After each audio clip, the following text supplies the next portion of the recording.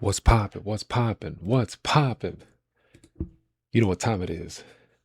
I'm back with another video. And with this video, I'm gonna be talking about some stories for your punk. Anyways, hope you guys are doing good. It is a brand new week, kinda, and I got some stories for you guys while I draw. So you guys can follow along and draw with me. I'm just gonna be going over some basic concepts with the capital P. Anyways, so as usual, I'm raw dogging this thing with a pen. I'm using a micron pen. If you don't know, it is a very small pen and it's very helpful. You can use anything though, but I highly advise you guys to do work with some pens.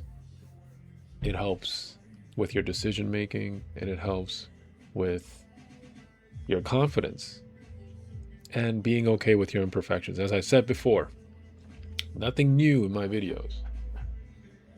But something I wanted to talk about was that I remember like all the different stories in my when I was learning art in school.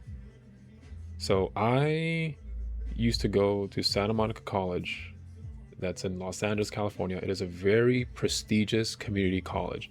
Coming straight out of high school, I didn't know what the hell I wanted to do. I was into graffiti and I was into video games and dance. That's all I cared about. I had no sense of direction, and everybody was going to college. It's very intimidating, and you feel like you're not adequate when me growing up like half Asian, everybody expects their kids to be like academics, 4.0 GPA and all that. I lived with different people my whole life, so I really didn't have no attachment to nothing. And I didn't know what it is that I wanted to do. I knew that I wanted to do something in art, and I didn't realize how hard it was. But I went to SMC because you can go to a 2 year, like you can go through school for 2 years and then make your choice of what it is that you want to do. And I don't regret going. If anybody's wondering whether community college is a good option, unless you really know what it is that you want to do, I think community college is a great option because it gives you time to dabble in different areas so you can see what you might like to do. And it allowed me to take different classes like physical anthropology, art classes, history, math, like all these different things, philosophy. And the teachers there were amazing. I think most of them taught in other colleges and they teach here part time. But I remember my first art class. I was so like intimidated. I took a like a I guess it was a painting course. They didn't really teach you like fundamentals of art.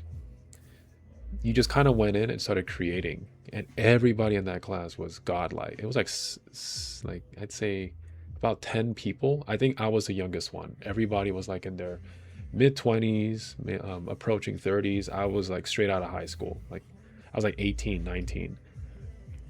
But I think I learned the most from that class about what it is I enjoyed. It was, as much as like I wish that it was a bit more rigorous, I've learned so much about like myself and just self-discovery.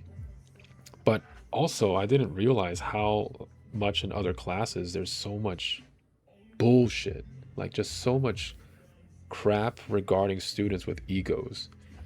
And it's kind of embarrassing. In every art class, there's always a student or two who think they're God's gift to the world and they're gonna change the world and everything. And I didn't grow up that way. I had to be very humble. If anything, I always felt like I was inadequate with anything, and I didn't know what the hell I was doing. Um, I wasn't learning basic techniques. Like here, I'm drawing And this is a culmination of me studying like anatomy and animals, perspective, all that stuff. But when I first went, I just kind of went into art not knowing what to do. It was a gamble for me. And I remember I took I took this drawing course with, I'm not going to say their name, but it's with a an anatomy professor, and they're very good at what they do. They're professional, and their words are, they had a very dry sense of humor. I'm saying they, not for pronoun purposes, but because I don't want to like give away the gender of this person. But they were very strict, straightforward, no BS on anything. And it was my first anatomy class, and I remember going into this in this room. They had all the easels set up, and the room was dark with like a center light down the center of the room and where the model was going to be posing. You would think that that's weird with like a live nude model, but because everybody in the class is on board with just learning how to draw, like it's not weird at all. It's weird from the outside perspective, but then once you're there, you don't, you just see this as something like a learning experience. And the teacher was real dope. I liked him a lot, as much as he had, oof, well, screw it. I said it anyways. He had very dry humor, but I loved him. He was a great artist, and he knew what he was talking about. And he would always do live demos, and I was so amazed at how they could just do that on the spot. Because before, I always had to plan out, sketch, and you're so careful about your drawings because you don't know whether it's going to look good. But with his confidence and the way he talks, and every stroke he makes with the pencil was it was very inspiring. And in that class, a you had your handful of different personalities. It's people from all walks of life. I remember there was a guy there who was like in his 60s taking that class, and like he's been around drawing for a very long time. And I didn't know this because my perception of education and art, or just education as a whole, is that everybody's young and everyone's learning. So if you're an adult, that was never a thing for me. And I've often found people who come from backgrounds that is not really related to art, but they kind of got into art like midway through their life, but not so early on, tend to have less egos about themselves, and they just do the hard work of just studying and practice. Where people, especially young kids, who make their whole personality art, not all of them, but I often see them like come in with an ego as if like they're God's gift to the world, and they know it all. It's very annoying. So I remember, as the weeks go by, it was real cool. But there was this one dude, I call him an old kid. You ever meet people who look old, but they look like a kid at the same time? I had a homie, he said like, yeah, he looks like an old kid. I'm like, yeah, that's exactly what he looks like. Uh, I, he was, he had really short hair. He had a baby face. I still remember him, and he just had on like normal clothes. And he would always talk about like these people who talk about like the guru, like they treat art like it's some like spiritual experience, and they've unlocked the secrets, and they're trying to explore this world of the other side. And I'm just like, dude, get your head out of your ass, man. But anyways, I keep cordial. He comes up, he's like, hey, what's up, man? I'm like, hey, what's up, dude? Like, yeah, so what do you think about this drawing? And he'll show me his drawings. Ass, by the way. Not great, but it's okay. We're all learning. And I go, okay, cool. He's like, yeah, I'm trying to capture the, what it's really like to like just ground yourself in the earth. And it was like some BS like that. It was something he like people who are just talkers. There are artists who talk a lot, and then there's artists, the ones that who don't talk are often like the best. And he's just like that. He just thinks like he's just great. Comes into class, smile on his face, pep in his step, and he doesn't do a lot of work. I would see in a sketchbook, or I would see in his projects, and he's not doing a great job. He does an okay job. And every time like he would like present, I remember he said something like for the final, we were given specific instructions that's related to anatomy. We had to put in a 1 point perspective, put us or other people, pose them, and then put them in perspective within this drawing. One sitting down, one standing up, one facing the wall, one walking away, but you need like 3 or 4 in this one thing. This guy didn't do nothing like that. He comes in and he made a drawing that looked like human uh, barf. It looked like he drew a figure. Anatomy was off. It was terrible looking. And he drew metal parts on one side. It was a mess of a concept. And then he had, what do you say? He had like roots, like vines coming out of the other.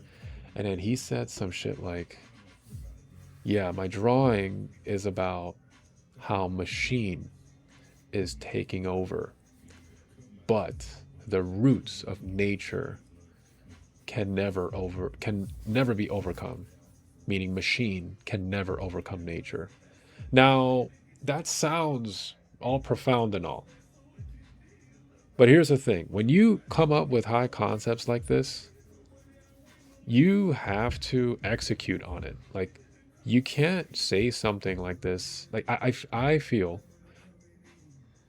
high concepts need to be earned. You don't just say things like that and expect people to accept your work. It has to reflect on your work. Whatever it is that you're saying, it has to reflect. And this shit was not hitting. I was like, there's no way this dude's passing. So he does his presentation, quiet. No one's really saying anything. Now, towards the end, our teacher goes around and he speaks to us one-on-one and tells us about our progress, and he gives us his opinion on what we need to work on and advice on our bad habits and what we do well and what we do bad. It's just feedback, and he's just being honest. If you're in art school, please keep your ego out the door. Just take things as feedback. So he goes throughout the semester, you're given you have to take your sketchbook, and in the sketchbook you're doing like dozens and dozens of studies. You're doing anatomy studies, you're doing gesture drawings. He gives me some really good feedback. He says you're getting better, but you have no sense of form, and you need to complete your drawings, because I would lack confidence. I was so within my bubble, and I didn't understand form. And he says, you need to practice more. So I said, okay, cool. He goes to that old kid. He talks to him for 10 minutes. Mind you, with each student, he maybe spent like 3 minutes. 10 minutes with that kid. Kid comes back inside the room, and his face, it looked like you ever look like when when you have the flu and you're about to throw up, you're like cold sweating and you look down, like his face it looked like it just dragged, even older than what he was. What he was. It was like dragging, and I'm like, whoa, what the hell? And he was so quiet. Normally he comes in talking to everybody. Yeah, I'm great. Hey, what do you think about this? I'm God's gift to the world. Comes back in, quiet for the rest of the class. And I don't know what that teacher said to him, but I'm pretty sure it shook him to the core. I know he wasn't saying anything like mean, he was just being honest. But that guy, I'm pretty sure at the end of that, I don't know what he's doing. I doubt he's doing anything related to art. But I'm pretty sure that guy got his shit rocked that day. And yeah, yeah, egos, man, egos all around. I don't know what it is. uh Something about art, like everybody thinks that they're like special or something. Not saying that you guys aren't special or people aren't special. I'm just saying, like, you don't come out the womb as this being of spiritual, some ethereal being. You kind of have to earn. You have to earn your sword, man. You have to work hard. You have to work out, build your muscle. You don't earn to be a warrior or a singer or something. You have to. You're not born into that. Did I say earn? You're not born into these things. You have to earn these things. But it's always in art schools. Like there's egos in jobs too. There's definitely egos in jobs. But in art school, I think because people are very sensitive about their creations. Like we all kind of keep our baby. We see the things that we create, we pour our heart and soul into something. And so we don't want it to be judged. And that if somebody judges it, that it is a negative reflection on us. And I think there's some truth to that, but in order for you to, I think the best way to become a good artist is to treat it like you're studying for STEM, meaning there's a knowledge gap in you, right? Like engineers aren't like geniuses. They have to like learn that stuff. They they do research, work, and study. And if things don't work, they have to go back to the drawing board and just continue to do that. If you could approach art the same way as if like you're just like studying for something, and you remove yourself out of it. I mean, it's hard not to do it, but you kind of remove your ego out of it. It's easier to approach it the next time. This is why I say like people I've met who come from like a background other than art tend to do better mentally because they just kind of tough it out and be like, oh yeah, okay, I got to get better. Oh, okay, my anatomy sucks. Okay, I'll just practice more anatomy. Like there is, when it comes to art, there is a science to this. It's a learning process. It's not something that just like hits you like divine spark. And despite what media says, like I don't believe in like creative geniuses. It's they're geniuses because they practice so much. They've done so many drawings. They've made films and books, and that's how they've learned to of what works and what doesn't. They didn't start this the first year and they were like amazing at it. Like everybody was bad. And and if you could like just separate yourself from like the ego part and understand that this whole thing takes a long time. It takes time for you to learn and practice and study, just like anything else, just like with sports. Um, if you approach it that way, you'll have an easier time. It's easier for you to be consistent when you're not always trying to be hit with some like divine spark, if that makes sense. But yeah, yeah, man, art schools, it it's weird. Yeah, that guy, I don't know, just a weird fellow. I doubt he's doing anything. Um, there was another dude. God, every class, there's always somebody who, during presentation, they just have to talk about some meta experience, and then the whole class is just like, wow, so incredible. It's like, are we just jerking each other off here? Is this like an ego, like a ego booster class? Like, what are we doing here? Anyways, it's I'm reflecting back on my old days of art. There's a lot. There's like a lot of things. But yeah, and what was really cool about going through school was you see all these people from different walks of life, and and you connect to them not because they're into like anime and stuff, but because they're as passionate about the things that they do, just like you are, man. And I remember when I first went into my first art class, it was so intimidating. I felt so small, and my definitely I had like an ego thing with me where I felt like I needed to be perfect and good, and people sensed that, and they still showed me love. They still showed me love and care. Um, and during critique, give, they would show love for that. I was so nervous to speak because I never had to like show myself. I never had to wear my heart on my sleeve to show people. And it was always hidden, especially many of you guys can relate to this. Like if you've grown up in an environment where um, you're just shut down for everything, right? Maybe you have family, maybe you have foster parents, or just your friends, and or just hanging out with the wrong people.